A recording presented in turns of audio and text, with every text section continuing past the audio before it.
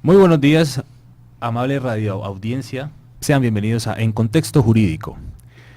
Me acompañan mis amigos Manolo y Ferchito. ¿Qué más, compañeros? Buenos días, ¿cómo me les va? Hola Juancho, ¿cómo estás? Buen día. Manolito. Buen día, Juancho, buen día, Fernando, ¿cómo estás? Muy bien, muy bien. Hoy, como cada mañana, estamos con muchas ganas de debatir sobre temas de actualidad, sobre temas de nuestro interés, y para el día de hoy nos vinimos a preguntar. ¿Qué nos venimos a preguntar, Fercho? El tema de la semana tiene que ver con la historia del rol de los jueces en diálogo con la paz. Muy bien. Tema muy interesante al respecto. Manuel, qué disparador, qué frase del día te fluye. Bueno, en punto a la paz, podríamos decir que los jueces son los guardianes de la paz, los guardianes de la democracia, los protectores del Estado de Derecho y sobre todo en quienes tenemos firmemente la esperanza de que podrán llevar a feliz término todos los postulados de la paz que nos estamos proponiendo.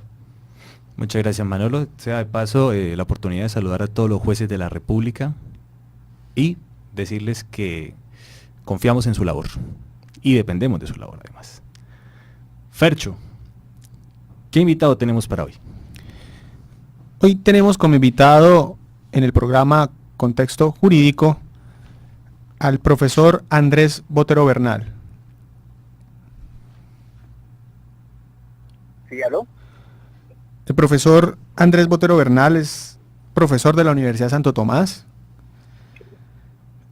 tomasino del posgrado de docencia universitaria, doctor en Derecho de la Universidad de Buenos Aires y doctor en Derecho de la Universidad de Huelva, España. Bienvenido, profesor Andrés Botero. Sí, buenas tardes.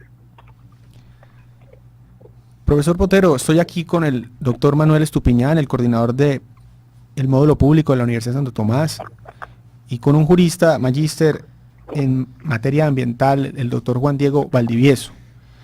Hoy vamos a dialogar en torno al tema de la historia del rol de los jueces en diálogo con la paz.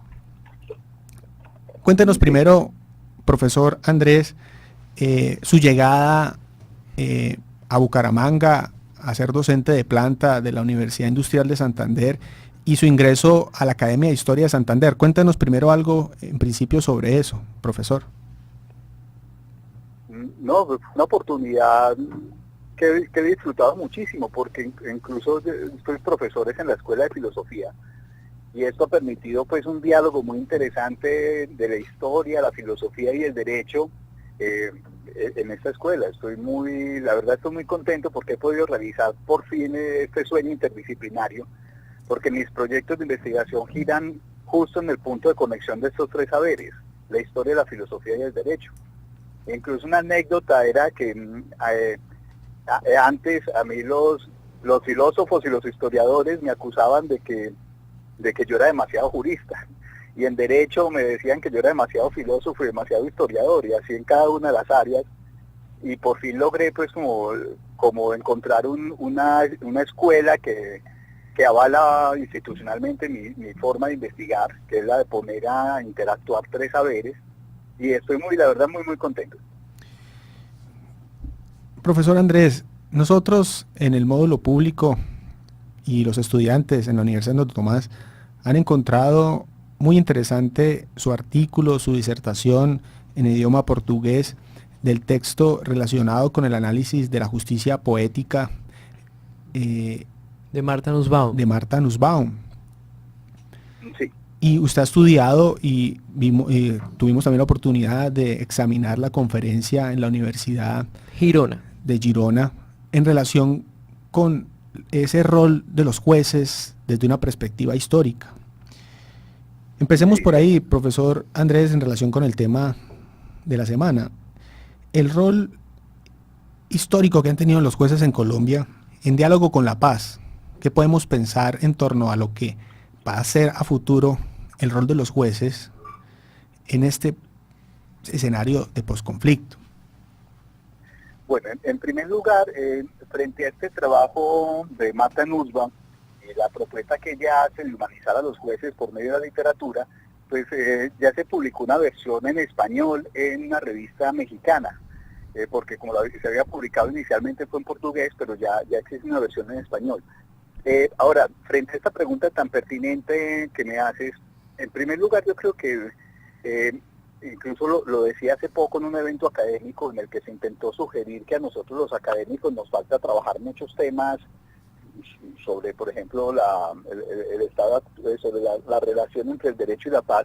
Quería decir que sí hay algunos trabajos muy interesantes. Por ejemplo, el profesor Mauricio García Villegas estuvo trabajando sobre cuál era el rol real, la función social que estaban ejerciendo los jueces, específicamente los jueces de primera instancia en zonas de conflicto armado, en los años 90 y principios de este siglo. Y arrojó unas conclusiones pues muy interesantes de las que uno tiene que partir hoy día para ver cómo los jueces se están interrelacionando con el sistema social.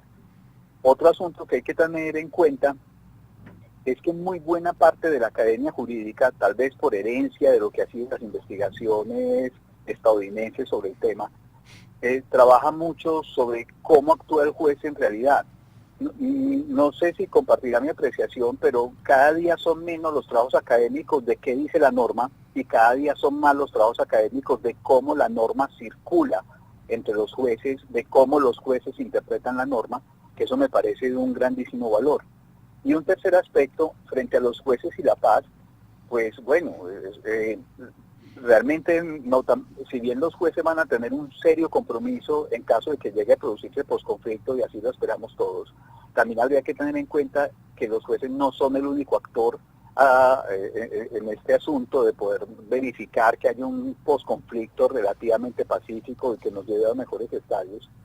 Pero obviamente eso es un campo que tenemos que investigar. Claro está que es un campo muy de prospectiva, porque en este momento pues parecería que estamos cerca a un posconflicto, pero todavía no se ha dado, ¿no?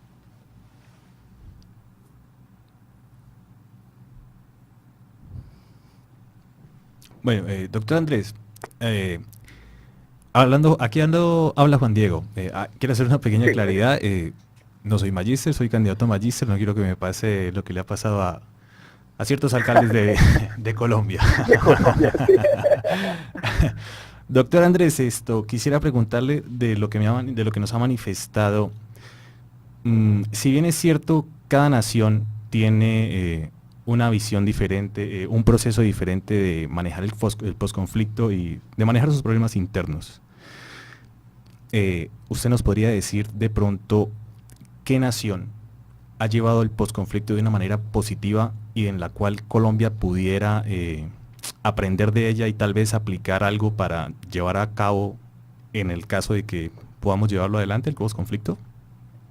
Bueno, excelente pregunta y le agradezco mucho. Ahora, alguna vez ya manifesté que incluso Colombia tiene que aprender mucho de los procesos de paz que se han hecho alrededor del mundo, y alguna vez entonces me hicieron la pregunta, bueno, específicamente ¿de cuál? Y la respuesta es muy sencilla, de todos, porque incluso aquellos que fueron un fracaso, esos son los más importantes para nosotros. Entonces la pregunta no es tanto de cuál fue un éxito para nosotros pegarnos al modelo, porque esto ya la garantizaría de que sería un fracaso, porque yo no creo que uno pueda copiar procesos de una sociedad a otra. Es más bien fijarnos incluso cuáles procesos tuvieron graves obstáculos y graves problemas, identificar por qué no pudieron marchar como debía, para saber cuáles podrán ser los obstáculos a futuro que nosotros tenemos que tener en cuenta.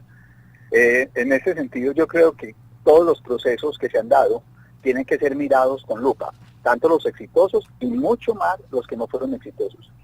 Y específicamente yo creo que hay unos procesos que por algunas identidades culturales pueden ser, que nos pueden decir mucho más que otros. Está el caso de los procesos centroamericanos. Estos tienen que ser objeto de una evaluación muy importante, porque algunas características son comunes.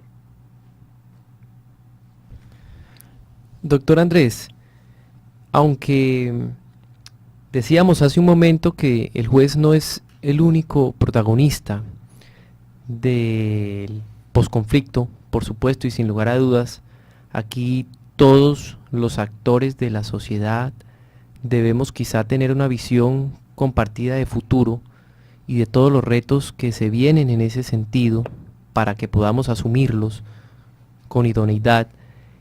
El juez sí cumpliría un papel fundamental, yo diría que protagónico, sobre todo por la forma como debe interpretar esos hechos y esos fenómenos sociales que surgirán en el marco de ese posconflicto. Y hablábamos hace un momento de Martha Nussbaum, y con esto, pues, se me viene a la cabeza la idea, por lo menos, que ella plantea del juez compasivo, del juez que siente empatía, del juez que mira el expediente como si se tratase de una novela realista. Y no sé, desde el punto de vista de su concepto, si en Colombia nuestros jueces estarían muy alineados con esa propuesta de juez que propone esta autora norteamericana, que entre otras cosas defiende bastante la relación entre el derecho y la literatura. Ya hablábamos de la relación, por supuesto, entre el derecho y la paz. Y hago esta pregunta porque es importante también saber si en el posconflicto podremos o no contar con jueces de esas calidades, de esas características que propone Martha Nussbaum. Bueno, habría que diferenciar varias cosas. La primera, frente a la pregunta, la primera tiene que ver sobre si los jueces tienen un rol protagónico en el posconflicto. Obviamente los jueces lo van a tener, pero también habría que tener en cuenta que los jueces están dentro de unos marcos, son muchísimos los marcos que determinarán mucho ellos qué tanto podrán hacer. Uno de ellos es el marco normativo, que todavía no se nos ha presentado de cómo se va a hacer, cómo se va a estructurar, y eso es importantísimo, y no le podemos pedir nosotros a los jueces que de pronto sean ellos los encargados de llevarnos a un posconflicto exitoso cuando el marco normativo no lo permita. Y otro asunto importantísimo que tenemos que tener en cuenta frente a la relación de los jueces con el posconflicto tiene que ver con algo que hemos denominado en la academia las culturas judiciales. Resulta que eso es incluso determinantísimo, es una cosa muy importante, y la cultura judicial lo atraviesan varios procesos, desde, por ejemplo, a qué tipo de juez estamos apuntando nosotros para engancharlo a la rama. Es decir, los concursos judiciales, por ejemplo, qué tipo de juez están intentando reclutar.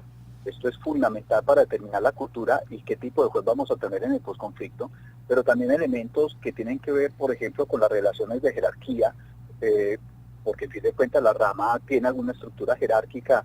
Entonces las relaciones de jerarquía, cómo determinan el pensamiento de los jueces. Hay muchos elementos a tener en cuenta, y no podríamos, que entonces en vez de hablar de jueces deberíamos hablar, por ejemplo, de cultura judicial. Ahora, y frente al tema de Martha Nussbaum, muy interesante, y que se nota que tienes una muy buena lectura de ella, es que es una propuesta, a mí me parece muy bonita, muy llamativa. No obstante, hay como cierto matiz dentro del texto de Nussbaum, eso es lo que yo critico en mi obra, de que el juez que se convierta en un gran lector, y específicamente un lector de cierto tipo de novelas, se va a convertir en un juez compasivo, empático, un juez humanista, un mejor juez. Y eso es lo que yo veo que de pronto no está suficientemente demostrado. Aparte que también eso podría entonces significar que los que no tienen este tipo de experiencia en este tipo de literatura, entonces no serían buenas personas, lo que nos llevaría también incluso a afirmar un modelo patriarcal y un modelo ultraelitista de que el humanismo está en manos de las clases más educadas, cosa que también generaría muchísimo debate. Yo lo que más bien estaría afirmando es que efectivamente hay unas relaciones de probabilidad que podrían establecerse entre ser un buen lector de literatura con ser un mejor juez desde la perspectiva moral, pero tampoco podríamos señalar que lo uno me lleva necesariamente a lo otro. Eso es de pronto como lo que se discute hoy día frente a la propuesta de Nussbaum. Ahora, ¿qué tipo de jueces son los que tenemos en Colombia? Esa es una pregunta muy interesante que no se podría responder tan fácilmente, porque nosotros tenemos jueces que han sido reclutados en diferentes periodos y con diferentes propuestas de cultura judicial.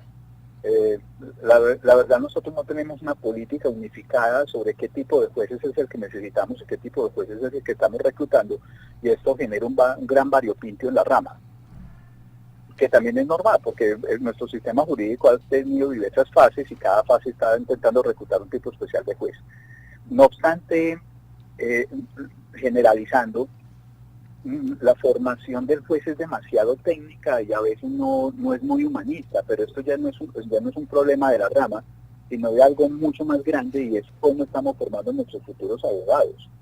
Y ahí eso es un tema crucial, y que recordando, por ejemplo, en la época de Napoleón, cuando él se preguntaba de cómo lograr cambiar la cultura jurídica que él le tocó vivir, todos los asesores de Napoleón se dieron cuenta que lo más importante de cualquier reforma jurídica es una reforma del sistema educativo de los futuros abogados, y esto es algo que nosotros tenemos que meditar seriamente con el Estado. Profesor Botero,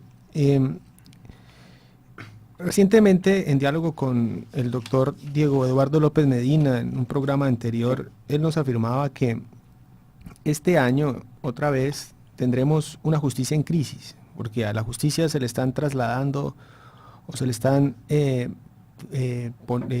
colocándole como función el resolver los problemas de acento macropolítico, y tiene una congestión de múltiples temas, entre ellos lo que trajo el acto legislativo número 2 en relación con la creación de un gobierno judicial, una nueva forma de ver el poder judicial, y esto que trae ahora hacia futuro el acuerdo 5 de lo que se está acordando en La Habana en relación con la creación de una nueva jurisdicción agraria, todo el tema del tribunal transicional y el rol que va a tener allí la Corte Constitucional, y lo que van a tener que hacer los jueces municipales, los jueces de provincia, los jueces, como usted lo mencionaba, citando a Mauricio García Villegas, que van a terminar afrontando las tutelas relacionadas con todos estos procesos. Entonces, ahí en esa afirmación del doctor Diego López Medina, es interesante, doctor Andrés, revisar desde una perspectiva histórica, un tema que a usted le gusta y donde usted es experto, cuál ha sido el rol que han tenido los jueces en Colombia, donde tradicionalmente al parecer se le trasladan cargas con acento político, dadas las falencias que hay en las otras ramas del poder. Y eso, denos una percepción desde esa perspectiva, en diálogo con el texto del profesor Mario Cajas, que recientemente precisamente relata la historia del rol de la Corte Suprema de Justicia, especialmente la Sala Constitucional, y cómo evidencia él allí precisamente que el neoconstitucionalismo no nace con la Constitución de 1991, sino que hay vestigios en esa sala de activismo por parte de las altas cortes en diálogo con lo político, etcétera. ¿Qué podemos esperar, doctor, en relación con lo que acontece actualmente, el rol que se viene y la sobrecarga aspiracional al Poder Judicial? Sí, muy pertinente la pregunta. Para intentar abarcarla, quisiera pues como separar dos temas. Uno de ellos tiene que ver sobre la buena afirmación que comparto de mi querido colega Diego López en el sentido de una futura crisis, pero yo incluso me atrevería a llevarlo un poco más lejos. Hace un par de semanas aproximadamente, en un evento en Bogotá en el que incluso me encontré con el profesor Mario Cajas, que habló de la justicia colombiana en el siglo XX, el profesor Fernando Mayorga, que habló de la justicia colombiana, de la justicia en la época de la colonia, en el virreinato de la Nueva Granada, y mi persona, que hablé sobre la justicia en el siglo XIX, que es como mi principal campo de investigación. Alguien del público nos hizo una pregunta a los tres, y era sobre qué opinamos desde la perspectiva histórica sobre lo que está pasando hoy día en la rama. Y el profesor Fernando Mayorga toma la palabra y responde: la crisis de legitimidad tan fuerte que se está viviendo ahora, comparando la perspectiva histórica. Por ejemplo, ver cómo los jueces de la época colonial y la disputa en el siglo XIX por crear una rama judicial republicana, y ver ahora, por ejemplo, tantos escándalos que rodean a la rama. Solo pensemos un ejemplo de los muchos que podemos dar, el yo me nombro, tú me nombras, que esto es un problema gravísimo que está pasando en la rama. De hecho, me nombro, tú me nombras, o yo te nombro, pero tú me nombras a mis familiares, lo que la prensa llamaba ¿cómo era? Como la puerta trasera, no, la puerta trasera, no, la Giratoria. puerta giratoria, perdón. La puerta giratoria. Es un problema gravísimo que está poniendo en evidencia que la crisis que tenemos no es solo porque le estamos diciendo a los jueces que se metan en los debates políticos, sino algo más grave, que son temas de legitimidad y de coherencia moral de la rama de la que los colombianos esperarían que eso no sucediera. La rama legislativa se ha delegitimado tanto en el tiempo que ya el colombiano no se asombra de que le hablen de corrupción allí. La rama ejecutiva tiene tantos escándalos y tantos problemas que yo creo que el colombiano no se asombra con el índice de la corrupción y que daba la esperanza de una rama judicial y los medios de comunicación mostrándonos, por ejemplo, los altísimos problemas que están pasando de coherencia moral en las altas cortes. Y sin tocar pues nombres concretos que ya por sí son solo mencionados ya es de escándalo. Entonces el primer asunto es que no es que se nos venga una crisis, es que ya estamos en una crisis, y no es que se nos venga una crisis por un problema político, es que la crisis más grave porque es un problema de representación moral. Y ahora, frente al tema histórico, habría que tener en cuenta también en graves momentos de crisis política, cuando las élites políticas no han podido resolver este gran dilema, una constante en los sistemas políticos occidentales, es que se le pide a la rama judicial que participe en la solución. Esto fue, por ejemplo, la propuesta de la Unión Republicana en 1910 de por qué se le da a la Corte Suprema de Justicia la potestad de anular leyes que violen la Constitución reformada por la Unión Republicana en 1910, como una especie de nombrar a la Corte como un tribunal, un árbitro de las peleas partidistas del Partido Liberal y del Partido Conservador. Algo similar también sucedió con la caída de Rojas Pinilla y la instauración del Frente Nacional, que se le pide a la rama judicial que sirva como de árbitro en los puntos de controversia político que no pueden ser resueltos por las élites de los partidos. Y así incluso podríamos hacer una lectura de lo que pasó en la Constitución de Weimar en Alemania y el papel que se le intentó dar a los jueces en momentos de crisis. Entonces también habría que entender de que la rama, porque no está en tanta cotidianidad del manejo de lo público, pues no está tan sometida a un desgaste como lo puede estar la rama ejecutiva y la rama legislativa, por lo que en ciertos momentos el poder intenta respaldarse también en la rama judicial, y esto lo estamos viendo ahora y lo vimos en la Constitución del 91 y lo vamos a ver mucho más ahora con el posconflicto. Pero también pero repito, es que para mí lo que me preocupa más incluso de la perspectiva histórica, yo que he tenido que trabajar pues el tema de la historia de la rama, es que hoy día la rama tiene un grave problema de representación moral frente a los colombianos, y eso me parece incluso más grave que el problema de representación política. Muchas gracias, profesor Botero. Con la venia del director del programa del día de hoy, quisiera pasar a pasar la comunicación con el profesor Mario Cajas. Me parece pertinente en relación con lo que estamos disertando. Perfecto, sí. Profesor Andrés, voy a cortar la llamada para poder llamar al profesor Mario, y si usted podría contestarnos ahora más tarde o le queda complicado. Sí, Acuerde que estamos preparados. En camino, pero me podríamos llamar más tarde. Y listo, y le compartimos un poco lo que nos compartió el profesor Mario Cajas y hacemos un debate, ¿le parece? Perfecto. Gracias, profesor Andrés, y muchas gracias por haber aceptado la invitación. Voy a llamar a Mario, que está en este momento con Diego López, a ver si empezamos el debate los cuatro. ¿Listo? ¿Ya tienen algún material en la cabeza? ¿Tú tienes unas preguntas? Ahora vamos a hablar de quién estamos hablando, el autor directo, Mario Cajas, el que escribió el libro, ¿sí? Él escribió un libro de doctorado, su director de tesis fue Diego López, sobre la historia de la Corte Suprema. Llamada transferida a ETV. ¿Sí? Entonces, un poco como que la historia se repite, trasladándole a la justicia las cargas en relación con el tema. Es el servicio de mensajería para 3. Un momento. Y bueno, trasladen las preguntas. Llamada transferida a ETV. ¿Sí les parecen o no? Contesta.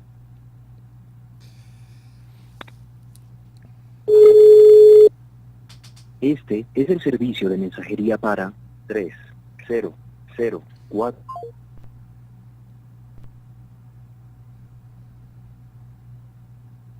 Llamada transferida a ETV.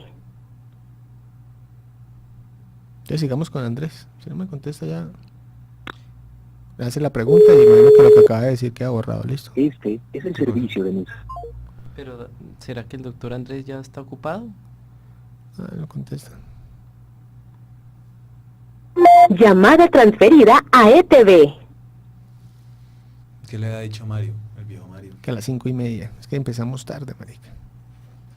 Que a las 5:30, falta un cuarto. No, ya se mareó. Este es el servicio de mensajería. ¿Y por qué no lo llamamos primero a él? ¿A quién? Antes de haber llamado al profesor Andrés. Porque Andrés era el que iba a presentar un poquito, iba a terminar debatiendo con nosotros y todo el cuento. Es más asequible, Mario es más complicado.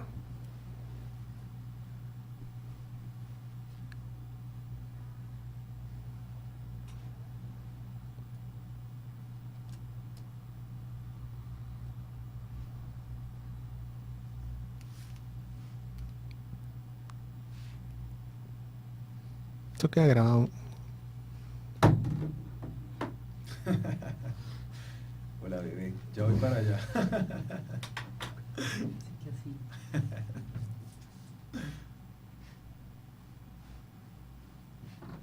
Pégale ahí su... Aló.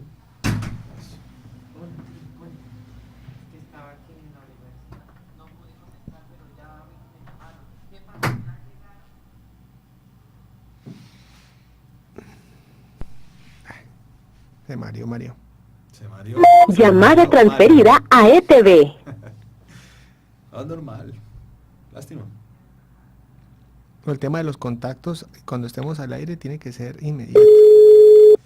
Es muy Este complicado. es el servicio de Conseguir esa gente no es fácil. No, Eso no son personeros municipales que yo les digo vengan y vienen o vienen. No, esto es complicado. Llamada transferida a ETV. No, usted maneja una agenda de contactos de heavy metal, weón. No, Mario Casas es bravo en Cali. Este es el servicio de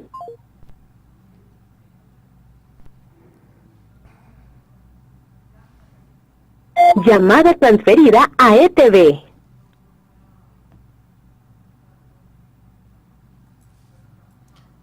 Este Andrés está preparado, ¿no?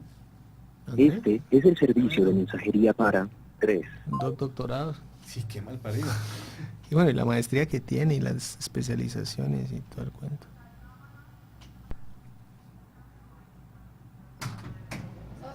Llamada transferida a ETV. No, porque es que el señor no contestó. Ah, bueno, listo, dale, no, era para cerrarte que nos quedara la grabación. No, pero yo por eso salí, porque todo esto me va a editar. O No, Este es el servicio. No, no sé. Ya está complicado que el hombre conteste. Ya lleva como que unas 12 llamadas perdidas. No, y es que está en abusón, que dice que en mensajería... Llamo a entonces, Diego ¿por qué lo López. apagó? ¿Está con él? ¿Qué dice? Pero se enfrentamos a Diego López. Pero de pronto no tiene tiempo, dará pena con él. Diego López es todavía más heavy metal, es el papá de los amores. O sea, es Pero de los tres el más hablar duro. con Andrés Botero es muy interesante, sí. ¿Qué hacemos? Mario Cajas. Ahí está. Profesor Mario, ¿cómo está? Muy buena tarde. Hola Fernando, ¿cómo te va? ¿Qué has hecho? Muy bien, ¿le parece si le devuelvo la llamada para hacer la entrevista? Ok, Fernando, tengo un lío, tengo clase a las 6 en punto. No, serían 5 minutos. Vamos a hablar de tu Perfecto, libro y ok, 2 Fernando. preguntas. Listo, gracias. Perfecto, Mario. Ya te Fernando, marco. gracias, ya la espero. Por favor, 2 preguntas cada uno. No, yo si lo quiere- presento y si sale. quiere pregúntenle ustedes, yo ni idea del libro, nada. Pero es que yo... Hablen De lo que hemos ustedes. venido hablando. Llamada transferida a ETV. Pregúntale, yo miro de lo que él hable Sí, y sí, a ver exacto, qué le y pregunto metemos la de lo que cuchara. él hable. Dile, ¿a qué hora? Ya. Aló, buenas tardes. Entonces, con su permiso, Juancho, voy a presentar a Aló. Mario Cajas. Siga usted, Ferchito. Aló. Vamos a Aló. comunicarnos con el profesor Mario Cajas, profesor de la Universidad ICESI en Cali. Profesor Mario tiene un espectacular texto relacionado con la historia de las altas cortes, especialmente me gusta el tema, como lo mencioné anteriormente, la historia del rol de la Sala Constitucional de la Corte Suprema de Justicia, y quisiera entonces darle paso al profesor Mario para que él mismo nos dé su posición en relación con el tema del rol de los jueces en diálogo con la perspectiva histórica del conflicto armado en Colombia. Profesor Mario, bienvenido. Muchas gracias, Fernando, por la invitación. Un gusto estar con ustedes y compartir unos minutos sobre este trabajo que terminamos el año pasado, que estamos precisamente en la primera reimpresión de esos 2 tomos que intentan contar la interdependencia entre derecho y política en la construcción de la justicia constitucional colombiana, y uno podría decirlo también de otro modo, la manera como una especie de historia política colombiana contada desde la Corte Suprema de Justicia, no solo la Sala Constitucional, como muy bien lo mencionabas, funciona desde el 68 hasta el 91, sino en general de toda la Corte Suprema como cuerpo, como sala plena, que fue juez constitucional desde 1886 hasta 1991. Sí, doctor. En este trabajo lo que se propone es una interdependencia entre derecho y política, como lo mencionaba antes. Digamos que podríamos tener 2 grandes extremos. Por un lado, los escépticos, los más escépticos del derecho, algunos podríamos denominarlos neorrealistas, que están más en la escuela de la judicial politics, que están más hacia la ciencia política, digamos que son las lecturas más de que los jueces deciden, guiados por ideología, por sus actitudes, por ciertas preferencias, etcétera. Hay todo un mapa sofisticado y con una taxonomía muy, muy definida. Y por otro lado, digamos que más en el campo del derecho, o principalmente más en el campo del derecho, algunos con una perspectiva un poco más, digamos, de creer en el derecho para no ponerle tintes de positivismos, no ponerlo en términos generales, es decir, confiar en que una buena medida es la doctrina y es el derecho y la teoría jurídica la que guía esas decisiones judiciales. En este caso la propuesta que se hace es que para narrar una historia de la Corte no solamente es una historia doctrinal. En el caso del control constitucional, esa historia doctrinal solamente es una parte de ese mapa, y que en ese mapa nos hace falta también cómo los jueces tomaron decisiones en contextos políticos complejos muchas veces, como transiciones, por ejemplo en el Frente Nacional, en la coyuntura política crítica, o en los años 90, pero también lo hicieron con desafíos como por ejemplo el tratado de extradición en la década de los 80 al acecho del narcotráfico.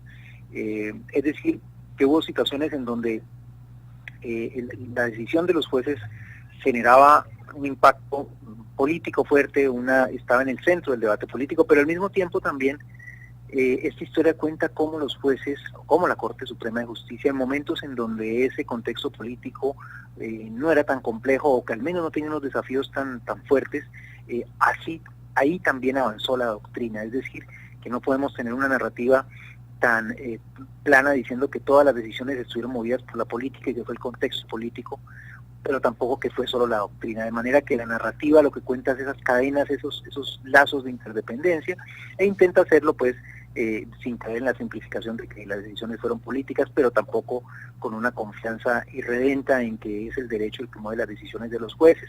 En una buena medida entonces es una especie de historia de la adjudicación de la Corte Suprema, si alguien lo quisiera nombrar así, pero una historia política, una historia comprometida con esos contextos. Obviamente como el tamaño de la jurisprudencia de la Corte Suprema es bastante amplio, lo que hace el texto o lo que hace la obra es tratar de reducir la complejidad a unas líneas jurisprudenciales muy determinadas que cuando se las mencione, obviamente ustedes dirán hay un potencial político en ellas. Reforma constitucional, fíjense ustedes que es un tema actual, es un asunto que estamos discutiendo hoy, las negociaciones con las FARC, las posibles con el ELN, hay debates sobre referendos, plebiscitos, Asamblea Nacional Constituyente, que están sobre la mesa. La otra gran línea es el control de los tratados internacionales. Desde luego, ya no estamos discutiendo el concordato ni la extradición, pero hoy estamos discutiendo digamos la discusión contemporánea sobre el fallo de la Haya en el caso de San Andrés, en la controversia con Nicaragua. Sin duda pone otra vez el asunto de la constitucionalidad del Pacto de Bogotá, por ejemplo, que fue fallado hace un par de años. Entonces son dos temas que siguen vigentes. El tercero es el control de los vicios de trámite de las leyes, el control judicial de los vicios de trámite, que por supuesto muestra muchas veces posturas muy minimalistas de los jueces que discuten lo formal o lo de trámite, y es una buena estrategia para no discutirlo de fondo, lo que genera más compromiso.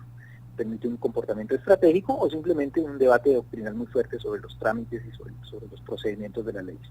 Y por último, el control de los estados de excepción, que hoy ha decaído un poco, porque pues, el control del antiguo estado de sitio de conmoción interior pues ha hecho que no sea un asunto de discusión política y pública tan fuerte como lo fue hasta los años 80 y comienzos de los 90, sobre todo por los excesos del estado de sitio, juzgamiento de civiles por militares, etcétera.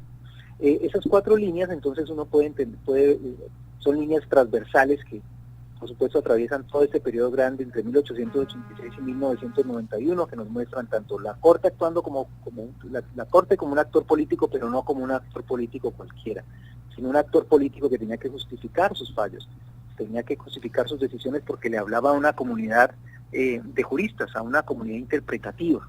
De manera que lo que hace el libro es caracterizar esa Corte a través de los casos, a través de los enfrentamientos, de las tensiones, mostrando esas interdependencias que he mencionado ya, contados por supuesto con esos cuatro ejes transversales o ejes jurisprudenciales. Por supuesto que el conflicto armado aparece allí, los tipos de conflicto armado. Si nos situamos en 1886, rápidamente caemos a la guerra de los 1000 días, finales del 19 y comienzos del 20, ahí la Corte tuvo una intervención interesante.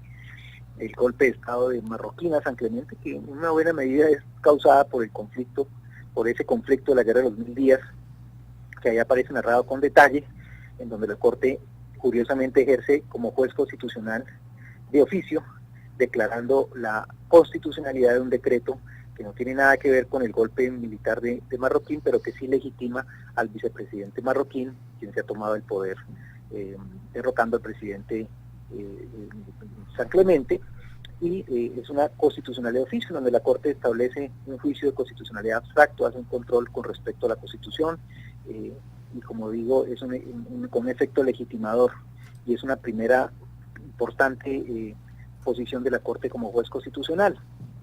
Luego nos atravesamos durante todo el siglo XX, nos encontramos, por ejemplo, la Corte cuando se declara inhibida en la masacre de las bananeras en 1928, en donde está emergiendo el conflicto obrero, pero un poco antes ha participado de la constitucionalidad del decreto de alta policía, que tiene que ver con las herramientas legales para la represión de lo que se llama la amenaza comunista, que en ese momento aparece fundida con el surgimiento, el fortalecimiento del movimiento obrero. Y luego nos vamos a meter por toda la hegemonía liberal y las discusiones que hay, como con el caso del cuartelazo de Pasto, con el golpe de Estado, que se declara un estado de sitio que produce unos tipos penales con efecto retroactivo, con unas vulneraciones en su momento al debido proceso, al principio de legalidad de los delitos y las penas, juzgamientos de civiles por militares, etcétera, y que la Corte convalida en 1945, generando pues por supuesto una reacción muy fuerte del sector conservador y de las fuerzas militares, que son las que han estado vinculados o las han querido vincular en su momento a ese proceso. Luego pues seguimos avanzando con el Bogotazo, también se dictan los decretos de estado de sitio, hay un control de los mismos, aparece de nuevo la Corte actuando. Si nos vamos al golpe militar del presidente Rojas Pinilla, también hay un periodo importante que es la Corte del general Rojas. Más adelante, en el periodo de transición que les he mencionado, la Corte se declara inhibida para conocer de los decretos que convocan al plebiscito del 57, que sin duda, cuando uno lee los argumentos de voto y hace las cuentas al revés, bien pudieron haber sido declarados inconstitucionales estos decretos en la Corte. Ahí se cuenta, por ejemplo, el contexto que se da de cómo la Corte renuncia, la mayoría de la Corte renuncia justo 2 días después de que se han declarado inhibidos, y en el rastreo que se hace en el texto pues demuestra que en realidad los magistrados renuncian en buena medida por las presiones que hay para que se cambie esa junta, que es que se cambie esa Corte que ha sido nombrada, digamos, en el régimen de Rojas y que pervive en la junta militar. Y después podríamos seguir por los años 70, cómo la Corte enfrenta el control constitucional de los decretos de estado de sitio que tienen que ver con el incremento de la lucha guerrillera, y luego el narcotráfico, por supuesto, en los 80, en donde aparece no solamente estado de sitio, sino tratados internacionales y vicios de trámite que van a ser importantes para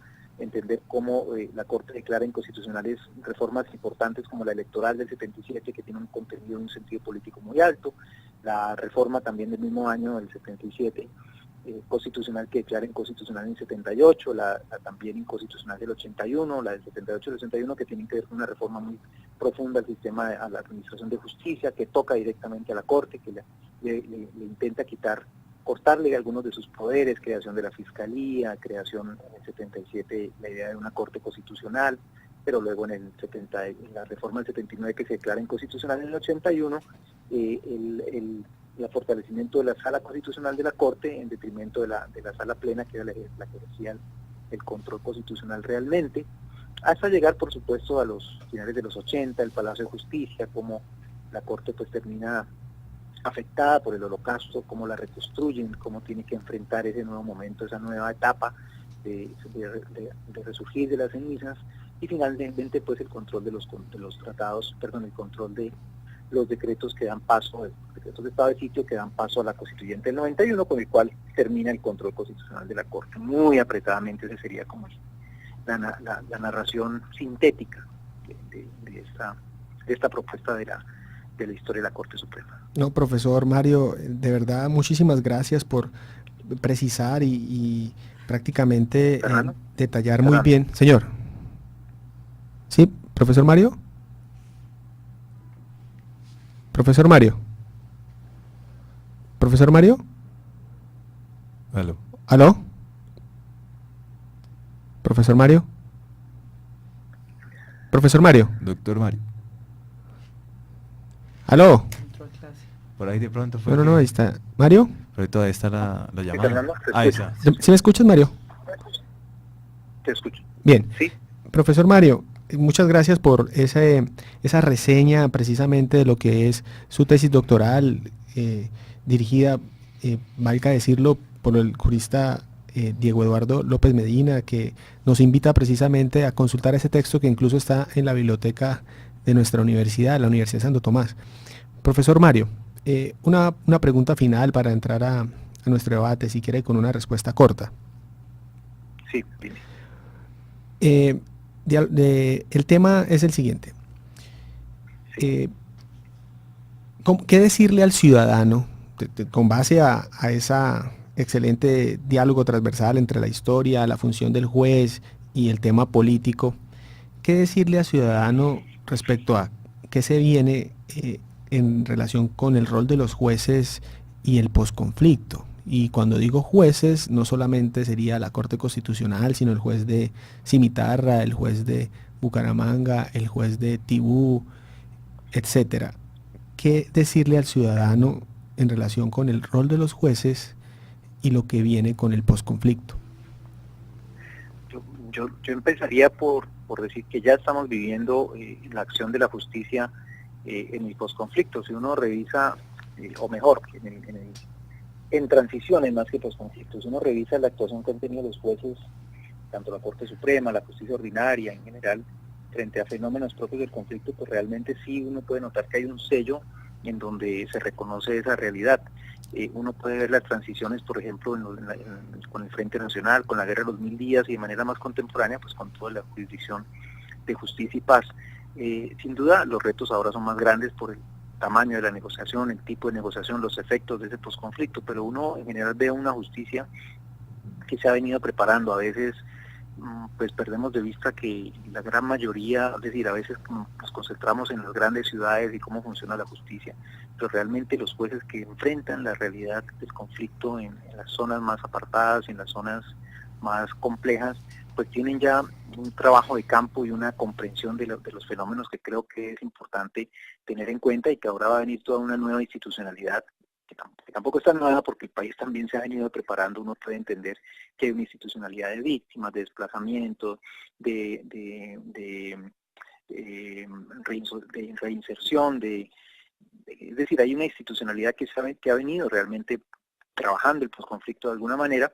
Por supuesto, esta es una institucionalidad mucho más robusta de esta justicia de paz, una justicia distinta para el posconflicto, pero creo que contamos con la gente preparada para hacerlo. Y por otra parte, pues yo creo que en lo que tiene que ver con los roles políticos de los jueces, pues este ejemplo de la Corte Suprema lo que le muestra a uno es que la independencia judicial es algo que se vive día a día. Las afectaciones de la independencia judicial no son algo que se soluciona con una medida, con una reforma institucional, ni con el cambio de algunos jueces, sino que hay muchísimos factores que hacen que se pueda garantizar un funcionamiento adecuado de los jueces y una no solamente un funcionamiento independiente, autónomo, sino también en términos de eficacia y de garantías de justicia, como tanto la justicia como un servicio público, como de un valor y como un derecho de acceso a la justicia. De manera que creo que los desafíos son fuertes, son importantes, pero creo que el país también tiene un avance importante doctrinal, que hace pues que no haya que enfrentar algo desconocido, pero sí creo yo que en las facultades de Derecho sobre todo tenemos que ser mucho más proactivos y tener un papel mucho más protagónico, si se quiere, en el posconflicto o preparándonos de cara al posconflicto de lo que hemos tenido hasta ahora. Yo creo que es necesario un acompañamiento de las facultades de Derecho a esa institucionalidad, a esa página que tenemos que empezar a escribir o a seguir escribiendo, que es ese posconflicto. Aunque sin duda es un reto también para la Administración de Justicia, para los jueces, pero creo que no se trata de algo totalmente desconocido. Creo que hay que matizar la manera como se va a presentar ese panorama del posconflicto. Bueno, doctor Mario Cajas, le agradecemos muchísimo la presencia que ha tenido con nosotros, la atención que ha tenido con nosotros de atender el llamado. Nuevamente lo felicitamos por su libro, esperamos que le vaya muy bien con él y esperemos tenerlo nuevamente aquí en Contexto Jurídico. Fernando. Sí, señor. ¿Escuchaste a Juan Diego? Fernando, ¿me escuchas? Sí, señor. ¿Escuchaste a Juan Diego? Ok. ¿Escuchaste a Juan Diego? ¿Aló? ¿Escuchaste a Juan Diego? Ah, no, es que Alice apagó los micrófonos. No. Bien, ¿Aló? no, pero ya quedó grabado, Juan, creo. Entonces, profesor, no simplemente estamos despidiéndonos. El director del programa de hoy le manifestó su congratulación por el texto que tiene y por su detalle de haber estado con nosotros y esperamos que vuelva a aceptar una invitación en el programa Contexto Jurídico. Muchas gracias, Fernando, Juan, por la invitación, a todo el equipo. Y esperemos que próximamente podamos encontrarnos y seguir conversando sobre esos temas de interés y felicitarlos por el esfuerzo que hacen de establecer estos debates y tener estos foros que son muy necesarios para construir una comunidad académica y también para establecer lazos con una preocupación central que tiene la sociedad, que es el derecho y la justicia. Muchísimas gracias, doctor. Chao, profesor Mario, muchas gracias.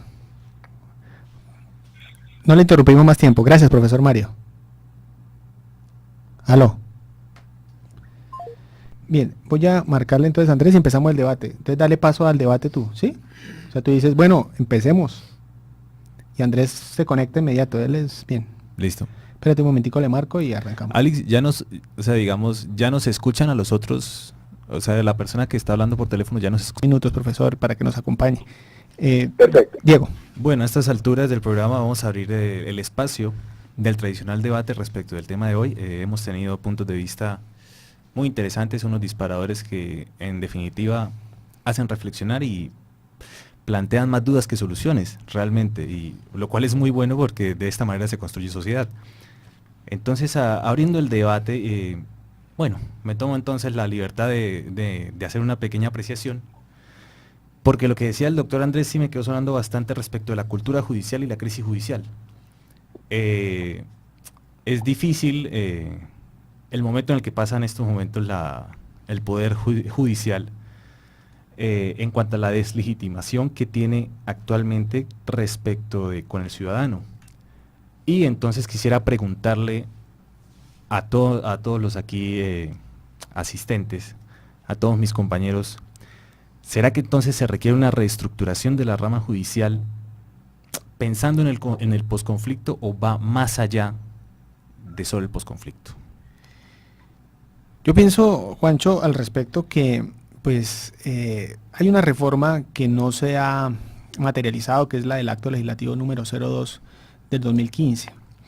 Y la pregunta tuya me parece muy pertinente por dos cosas. La primera es de que en ese contexto de que no existe claridad sobre lo que se viene para el juez municipal y para la justicia en general respecto a cómo deben de actuar frente al posconflicto, en términos de gerencia judicial, pues hay una incertidumbre. Y en segundo lugar, diría que el juez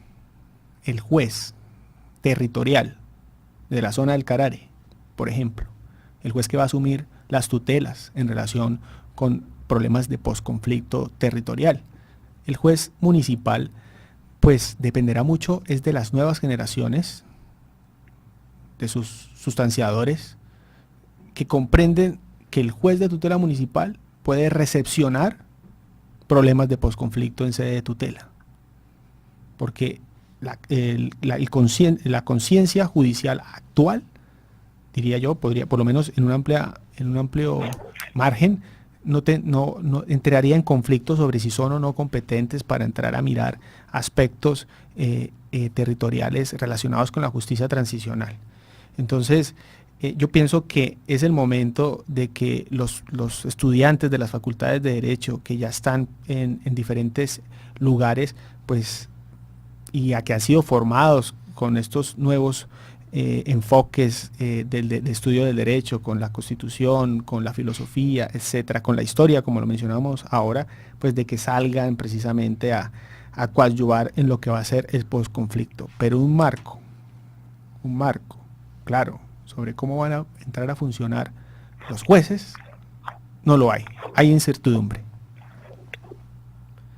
Sí, Juan Diego, efectivamente pienso que una reforma constitucional desde el punto de vista estructural pues no garantiza tampoco que esa labor del juez con respecto al posconflicto sea exitosa.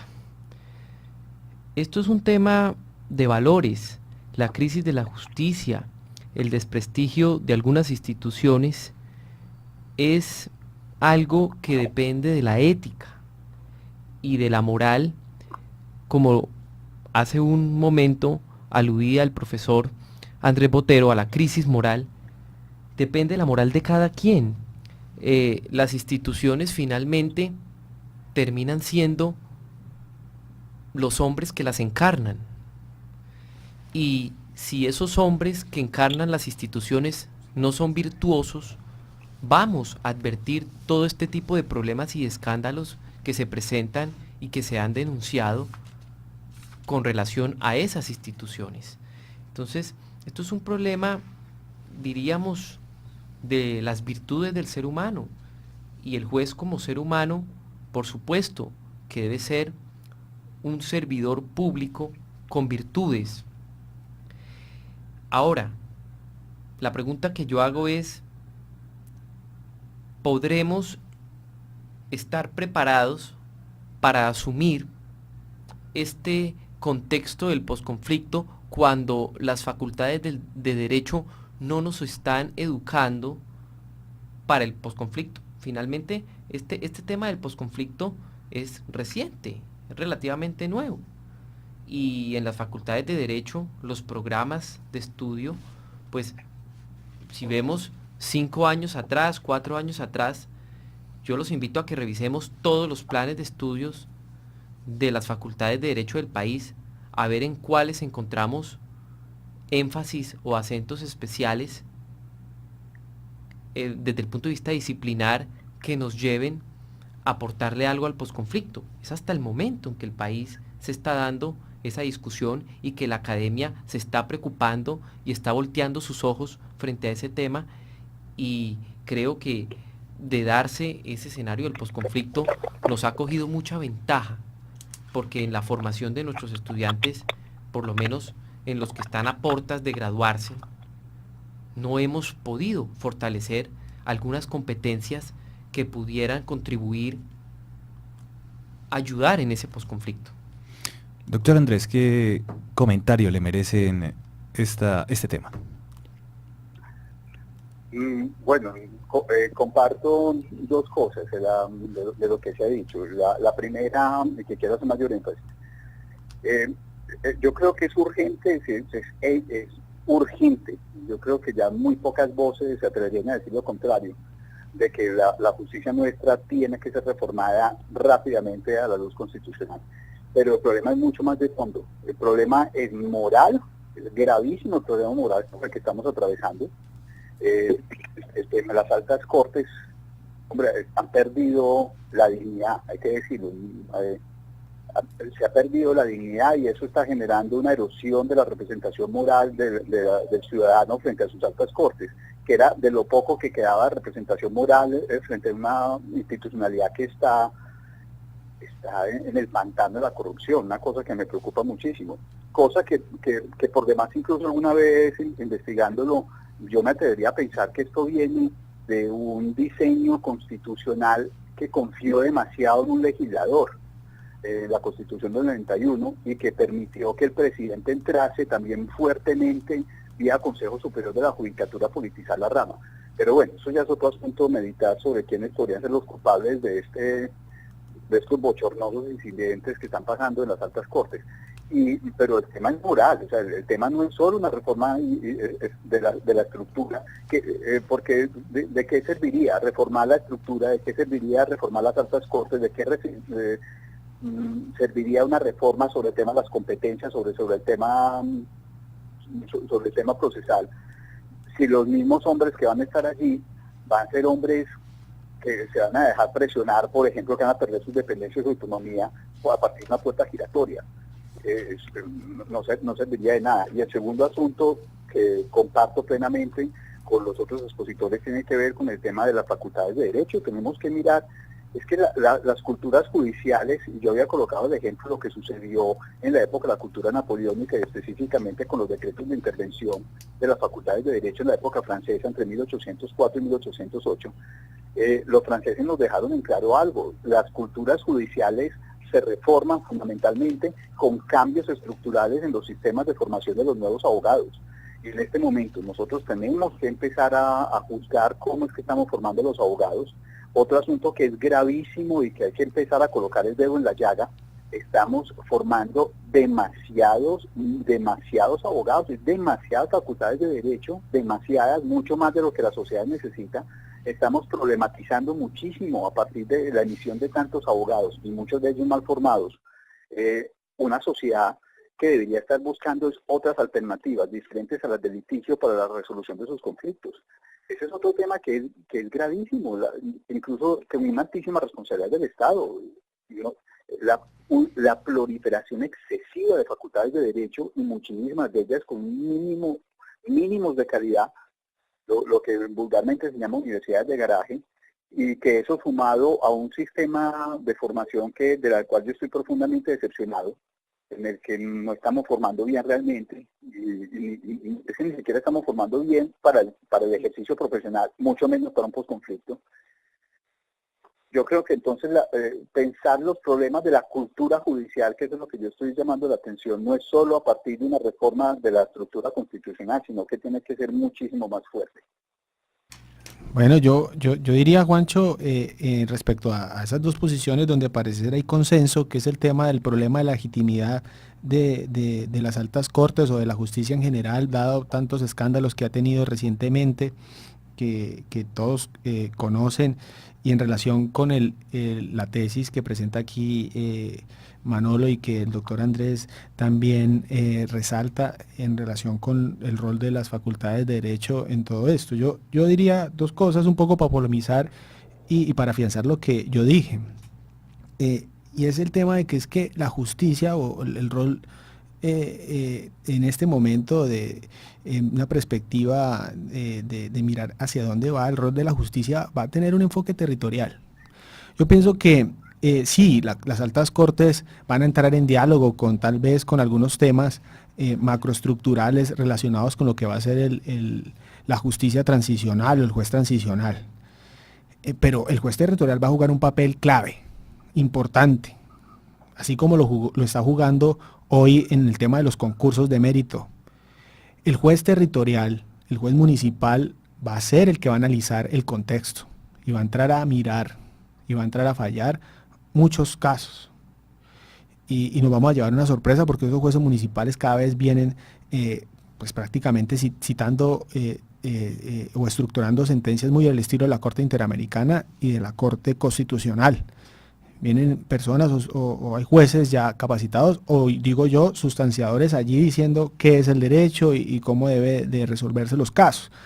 Y respecto al tema de las facultades de derecho y su abundante oferta, yo diría, yo en ese sentido pienso que cuando uno pone eso, que puede ser cierto, también puede poner al lado el tema de que pues falta mucha formación en temas de ciudadanía y de ciudadanía preventiva.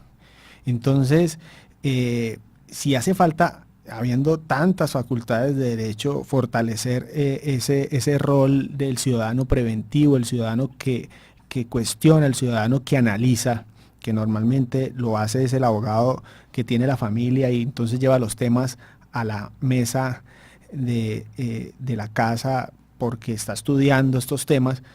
Entonces yo diría que hay como una especie de confrontación. Entonces hay muchos abogados, pero no hay pocos ciudadanos preocupados por lo público. Entonces a mí me parece que una cosa lleva a contradecir la otra. No sé qué piense, Manolo.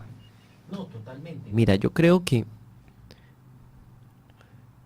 No, totalmente. Mira, yo creo que en el caso del papel que resaltas, que tendrá el juez territorial, el juez municipal, es supremamente importante, indiscutible.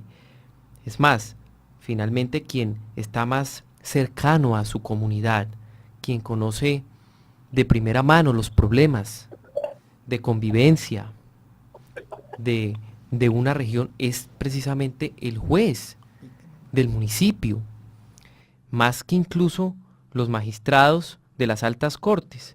Y es que allá, desde la corte, es difícil divisar el país.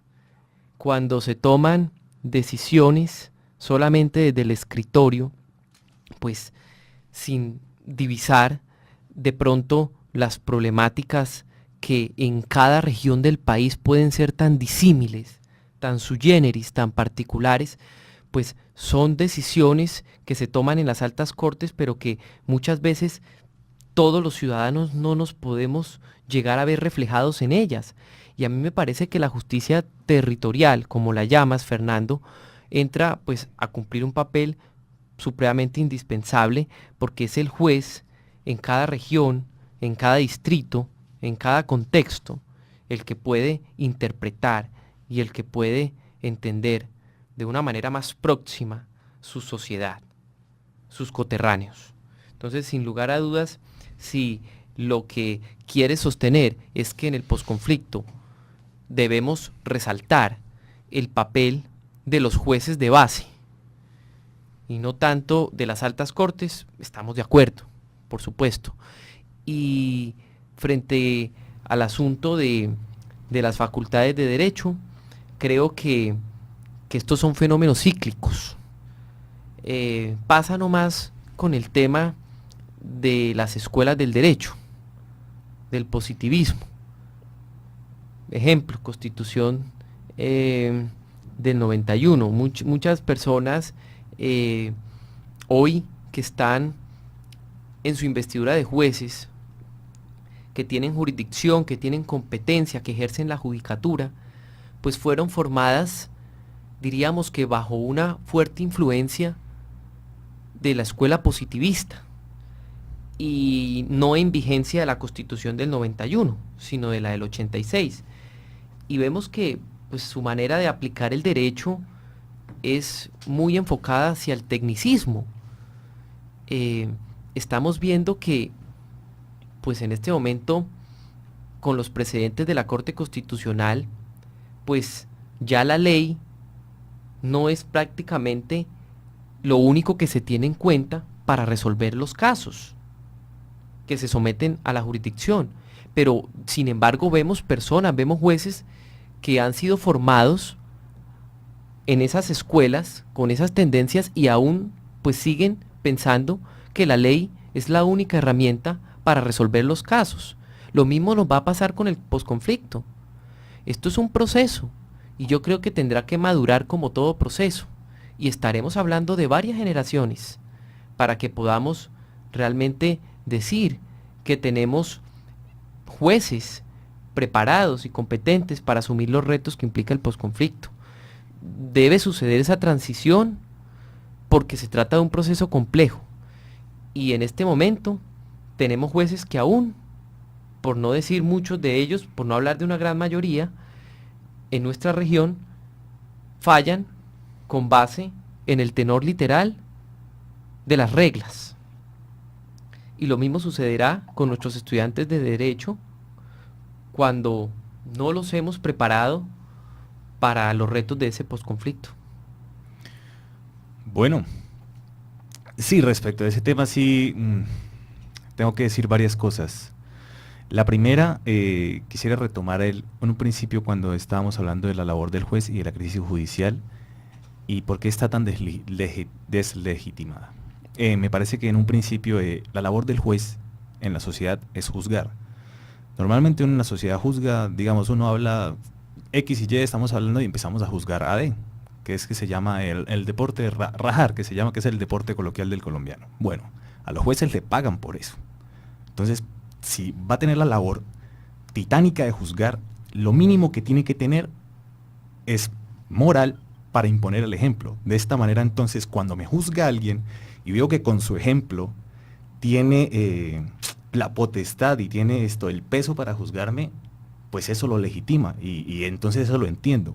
Y por eso la gente se enoja tanto o puede dar tanta deslegitimidad cuando un juez que cuenta con poca moral se atreve a juzgarlo a uno. Entonces uno dice, pero ¿cómo así? O sea, aquí algo anda mal. El otro punto que tocaban ustedes y que es muy muy fuerte es el tema de la territorialidad del juez municipal o del promiscuo municipal. En definitiva es el juez de la primera base, en definitiva es el juez, valga decir lo que menos gana, valga decir lo que trabaja más y valga decirlo que es el que tiene menos seguridad. Entonces cuando él toma una decisión polémica y estando en un país en el que estamos, en el que tenemos grupos al margen de la ley, tenemos gente que se quiere tomar su propia mano, pues perfectamente puede aplicar lo que venía aplicando Pablo Escobar en su momento, que es o plata o plomo. Entonces, señor juez, esa decisión que usted tomó no me gusta, yo le puedo pagar, ¿sí? Está la opción, pero si no le gusta esa, pues entonces lo mato. Entonces, pues usted si quiere tome una decisión. Entonces me parece que en parte de esa reestructuración tenemos que darle mucha seguridad a esos jueces, pero mucha, o sea, muchísima. Tienen que tener las garantías para poder tomar decisiones en derecho, polémicas, fuertes, y que aún así van a seguir vivos al día siguiente y que aún así su familia no va a correr riesgos. Y así pues podríamos hacer pues más patria, más peso en sus decisiones. Respecto a las facultades de derecho, sí, hay muchas facultades de derecho. Desde mi punto de vista como litigante, me encuentro muchos abogados con cero moral, muchos abogados que tuercen procesos, muchos abogados que hacen todo lo posible por ganar. Me refiero a todo lo posible desde el punto de vista maquiavélico, o sea, no importa cómo, no importa por qué, no importa a quién arraso. Pues entonces desde ahí estamos fallando desde la Facultad de Derecho, porque desde ahí es donde más tenemos que hacer énfasis. Si vamos a tener abogados, si vamos a ser abogados, tenemos que tener una moral muy fuerte, pero muy muy fuerte. O sea, esa es nuestra labor, esa es nuestra función social en esta sociedad. Nosotros como conocedores de reglas, esa es una muy muy muy fuerte. Ya me desahogué. Ahora quisiera, Fercho, Manolo, que le iba a decir al doctor Andrés, y ya si, para ir de pronto un poco cerrando, si nos quisiera regalar unas conclusiones respecto de todo lo que hemos conversado y bueno, una vez más agradecerle por su presencia y por su cuota intelectual gigantesca. Bueno, muchísimas gracias por la invitación. Aquí lo que me llamó la atención de lo que hemos hablado es cómo podemos sacar incluso de pronto algunos puntos en común. Uno es que urge repensar cómo debe ser una facultad de derecho para el posconflicto y eso implicaría también incluso necesariamente pensar cómo tendría que ser el abogado para el posconflicto. Que eso me parece pues que es algo que hay de común.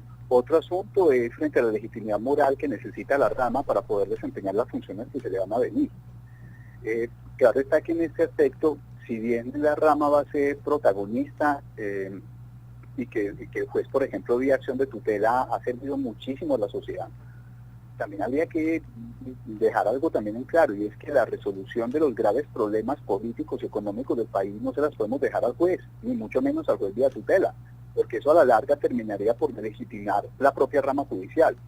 Y en este sentido me preocupa que la rama no caiga en la trampa que se le está planteando de dejar que los gravísimos problemas del país, que el sistema político no ha podido resolver o no ha querido resolver, pues le dice al ciudadano común, vaya, coloque una tutela. Y eso a la larga va a terminar delegitimando la propia rama judicial. Yo lo coloco con un ejemplo muy sencillo, porque aquí también hay algo que me llama la atención, el tema de la tutela en salud. Esto es un problema gravísimo que exige una respuesta contundente del sistema político, del sistema económico, pero dejaron como que el juez lo hace, y con el paso del tiempo las tutelas están perdiendo efectividad en algo tan valioso para el colombiano como el tema de salud. Eso es algo que no podemos perder de vista en cuanto al futuro rol del juez, que tampoco puede caer en la trampa de creer que él va a solucionar los graves problemas políticos, porque no lo va a hacer, y eso puede significar una pérdida de la legitimidad frente al ciudadano. La verdad me gustó muchísimo este diálogo y agradezco muchísimo que me hayan invitado. No, doctora, a ustedes, los agradecidos somos nosotros con su presencia. Invitado siempre, profesor Andrés. Listo, muchísimas gracias y muy buenas noches. Muy grato ejercicio, profesor Andrés. Listo. Manolo, cuéntanos qué pensamientos de conclusión nos puedes regalar. No, efectivamente, escuchando al profesor Andrés, pues me surgen varias inquietudes, pero pues en honor al tiempo expreso o me refiero solamente a una de ellas, y es cuando alude a que la rama judicial no puede caer en la trampa de terminar creyéndose que puede solucionar los problemas estructurales del país, cuando esos problemas, sin lugar a dudas, deben manejarse por parte de la rama ejecutiva y de la rama legislativa a través del instrumento de la política pública, en el caso de la rama ejecutiva.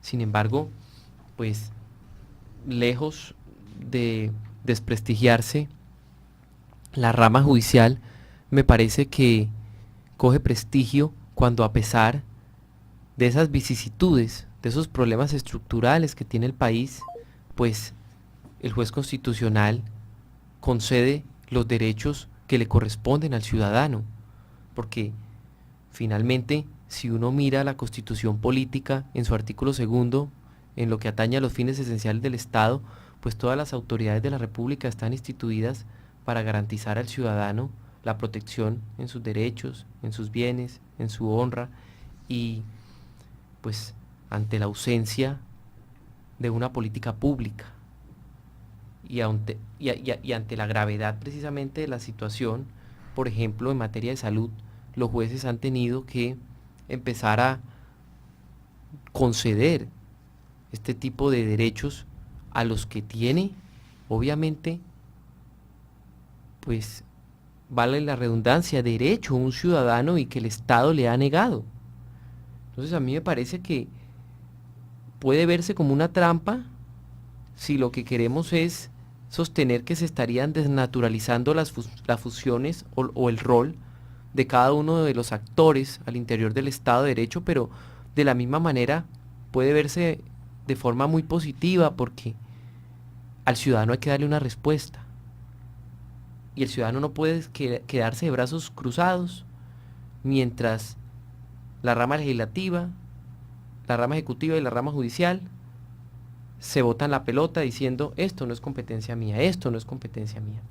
Eso sí traería más violencia, y eso sí traería más deslegitimidad e incredulidad en la institucionalidad.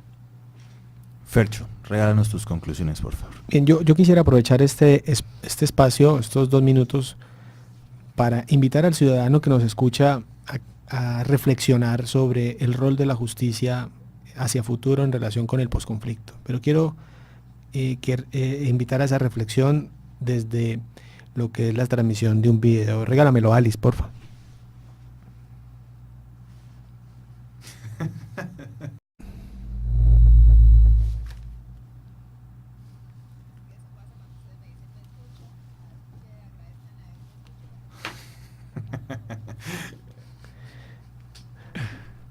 Valga decir que es un video que hace parte de un decálogo de videos en YouTube sobre no más violencia, y este en específico tiene que ver sobre la problemática del Carare y de unos campesinos en una época difícil de ausencia del Estado y con una problemática del conflicto y del narcotráfico bastante complicada. Muy bien, ahora mismo vamos a dar espacio a... ¿A qué vamos ahora? No, pero ¿Qué viene ahora? ¿Qué pasa ahora? ¿Qué pasa ahora? ¿Ahora para dónde vamos o qué? No, pero tú no vas a dar palabras de cierre. Pero ya las dimos. No, sí, conclusiones. yo pienso que ¿Ya? sí, ya, exacto. Ahí Entonces, con eso, bueno, cierra. sí.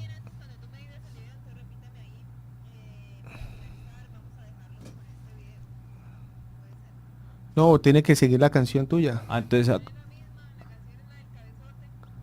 Pero no vas a hacer referencia a lo que significa la canción.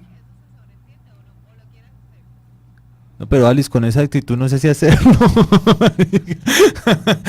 Es como acá ya está vaina porque... Alice, pero yo como reflexión quiero dejar unas palabras que se transmiten en un video de YouTube titulado El valor de resistir, que representa el actor Hernán Caviativa,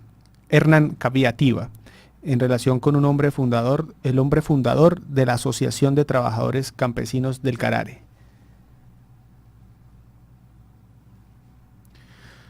Bueno, queridos amigos y queridas amigas, hasta aquí hemos llegado el día de hoy en punto. En punto. ¡Ah, en punto! Ya.